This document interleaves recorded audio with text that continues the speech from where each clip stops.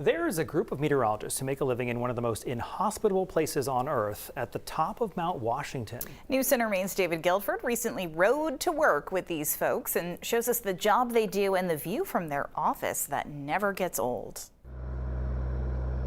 It's 9 a.m., time for work. And here, you don't use a car. This is shift change at the Mount Washington Observatory. Maybe I'll have Trey pick me up from work with my skis. This team of weather observers takes a bumpy, noisy 90-minute snowcat ride up the unplowed auto road to begin 8 straight days watching weather 6,288 feet up at the top of the Northeast. You can't really explain it to friends and family. Oh, I left work and it was 3 degrees and the wind was 100 miles per hour, but they don't really know what that's like. You have many arms. They arrive each week with a chance to capture history. Welcome back, everyone. We've got some cool weather to talk about. In 1934, the observatory measured a world record wind speed of 231 miles per hour, a record that stood for 62 years. In the winter, they told us there's a 50% chance of hurricane winds and often cloud cover. But on a December day, we arrived to this.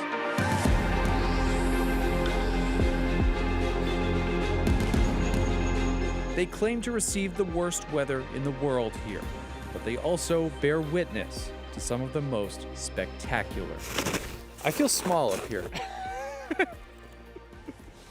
It's really cool. I know it takes hours to drive out of visibility.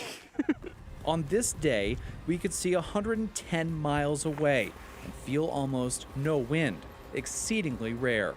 Sunday. Working 12-hour shifts, the observers monitor data, educate the public, and go outside every hour to take measurements, often the old-fashioned way.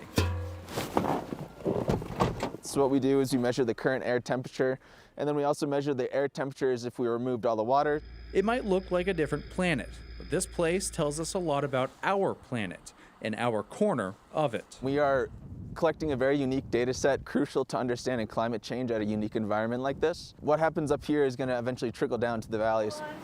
In addition to doing research many people rely on, this is, of course, their home, a week at a time.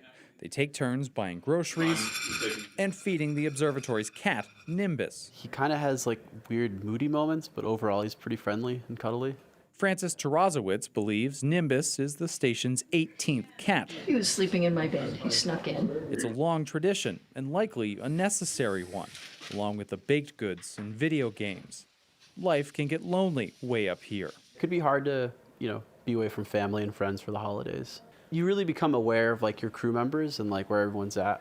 So I think just instinctually you kind of want to help cheer each other up. A crucial team, and they believe, a meteorologist's dream. Even as a crew comes back down to Earth, they look forward to returning. It really quickly becomes, I don't know, a home in the clouds, I guess. Above the clouds, David Guilford, News Center, Maine.